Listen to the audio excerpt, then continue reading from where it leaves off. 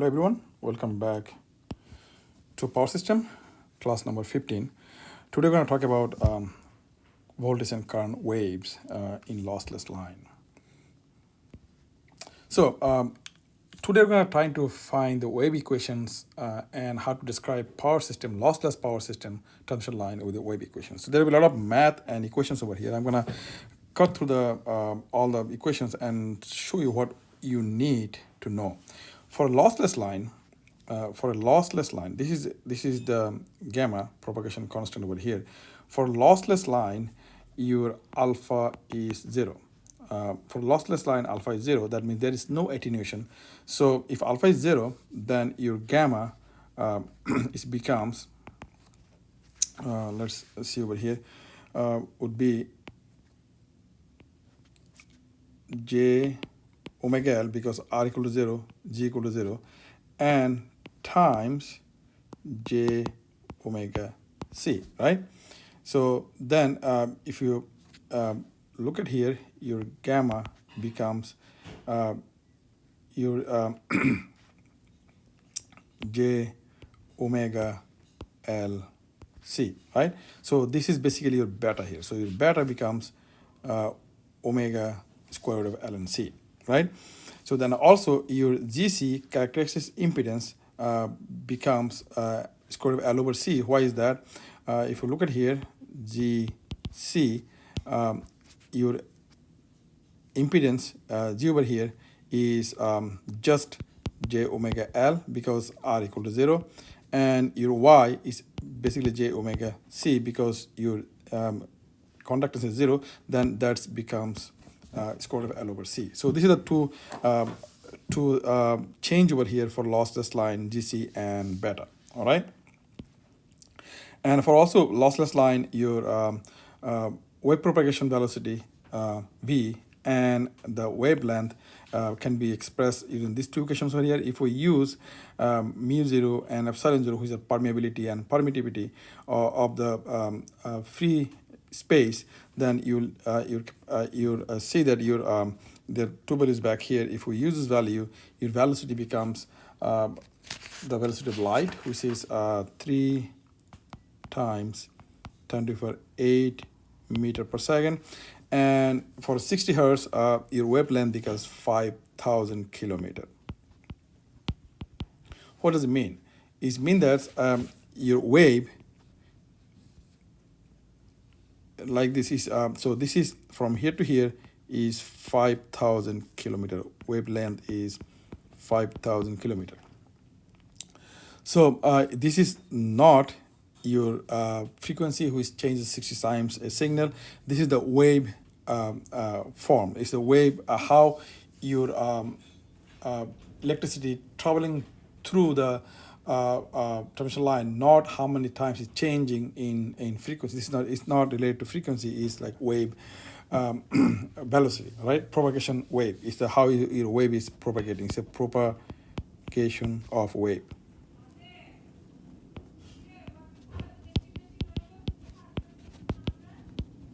Right? It's nothing to do with your signal frequency. All right. So, and again, your characteristic impedance for lossless line can also be related to your GMD and GMRC, which is geometry mean radius for capacitance. All right. So when your you know that gamma is alpha plus j beta. If alpha is 0, your gamma becomes j beta. Now, if you incorporate that into your equation for voltage and current, so your equation was cosine hyperbolic gamma x. So now gamma becomes j beta here, and that becomes actually cosine beta x, which is just normal trigonometric function, no hyperbolic function anymore.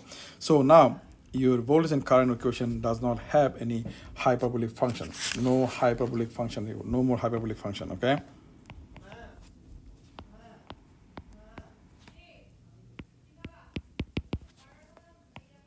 For lossless line only. This is only for the lossless line. So this is X over here. You can find the voltage and current again as before, any point of the transmission line from the receiving end.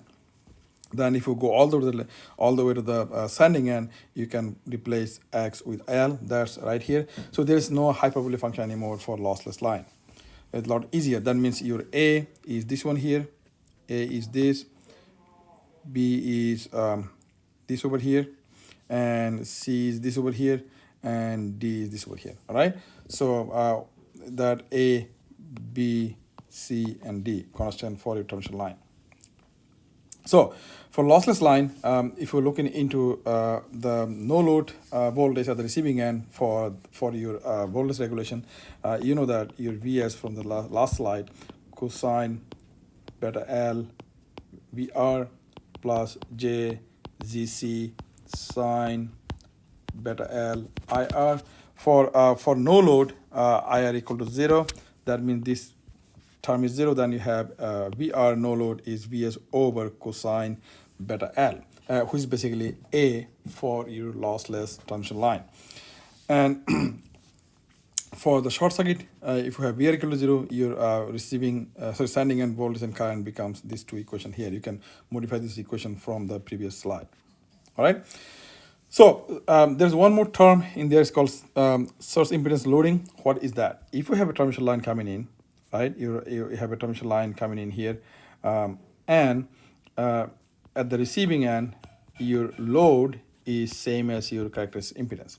So your load impedance same as your characteristic impedance. So your transmission line characteristic impedance is GC, and your load impedance is GC. If that happens, and this is the VR over here, and this is the IR going into the load. If that happens, it's called impedance matching. If that happens, it's called charge impedance loading. I mean, loading your transmission line with the characteristic impedance. That in that case, your IR would be VR over GC. So if that loading we call source impedance loading, SIL, that is 3 times VR IR. Both VR is the line to neutral voltage here. VR is line to neutral.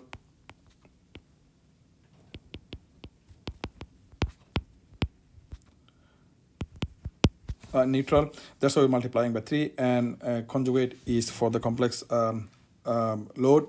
So if I now put this equation back into this equation here, that whole thing becomes this, right?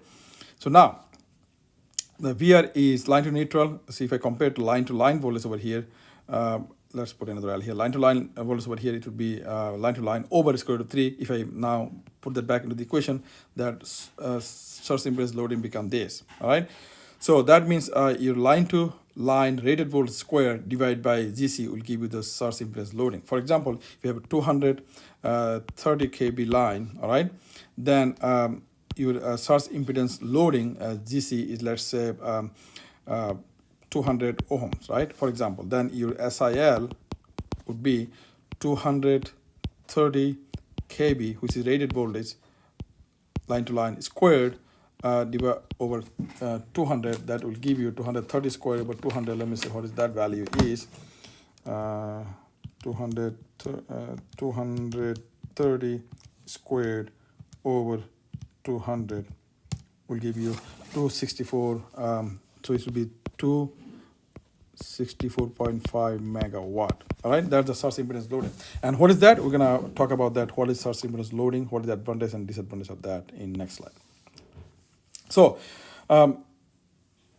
as you've seen that if you load your transmission line with the impedance matching with the source impedance loading, so IR becomes what? VR over GC, right? So this is the equation for lossless transmission line over here. Then if I put IR back over here and modify this, the equation becomes this two here. So look at here. So this equation I can take the VR and IR out of it, and this is because this is a complex notation, right? This complex things basically I can using complex algebra to express this equation like this, right? So now what is saying over here, your voltage magnitude and current magnitude over the line, any point of the line, are not changing anymore. If you now, what the advantage over here is that you have a sending end over here, right? Then you have line and you have receiving end over here. The line has the impedance of GC. Then you're ending the load with GC. Load impedance is also GC. Then if we have that matching, your voltage and current magnitude does not change anywhere in the line. So if you go anywhere in the line, every point of the line over here, you have the same voltage, which is VR, which is the voltage of the receiving end. So if you go all the sending end, so VS, it will be also equal to what? VR. So there's no voltage change over the transmission line. And also this current over here is IR, and sending end current is IS over here. That IS equal to IR at every point. All right. So that's the advantage, that you don't have to think about the voltage magnitude anymore, or current magnitude anymore, if you have impedance loading. But problem is that source impedance loading is very small. Like for a 220 kV, this is only 140 megawatt, because the source impedance loading is 380 ohms, and so on. It's only 430 megawatt, and 500 kV only 1000 megawatt, and 765 kV you have only 20 to 80 megawatt. So what does this means? If you do that kind of loading, you don't have to do anything with the voltage magnitude. You don't have any technical difficulties, but you're gonna lose money, because if you like 500 kV line, if you only deliver 1000 megawatt, you cannot make business out of it, because you have $1 billion of investment. You're only delivering 1000 megawatt. So you have to your loading would be way higher than your source impedance loading. In that case, your voltage will attenuate, and you have to have a support for the voltage to bring it back to the level you want. That is called voltage compensation in the line. We're going to talk about that in the next class. What is the compensation? So normally loading is a lot higher than your SIL, source impedance loading, and that's why voltage will go down with the distance, and we have to have some kind of compensation to support the voltage. All right. And in source impedance loading, you don't have to think about the reactive power compensation, because your reactive power generation and consumption are equal to each other. This is the inductive power consumption is a capacitive power generation. They're equal to each other. And again, your GC comes back to the same equation over here. So this is the voltage profile over here. See the sending end over here, receiving end as you go through that. So if you go to the receiving end, with the source impedance loading, look at that here. The load voltage, the voltage profile or line voltage does not change at all. Everywhere the same voltage. But in the full load, as I said, full load over here, your voltage is going down as you go towards the receiving end. So that's the that is basically a normal case, normal operation. This is normal operation over here. And to other extreme case is the no load. No load. If you have a no load, your receiving end voltage goes higher than sending end voltage, because the no load line becomes capacitive, and short circuit, your receiving end voltage becomes zero because it's short circuit. So this is the normal operation over here. So this operation, you need support for the voltage. You have the support for the voltage over the line at regular interval to bring this voltage close to here. So you have to have some kind of support in there. We're going to talk about that in the next class. We're going to do this problem in the class. We're going to end this part over here. We're going to go to the second part in the second video.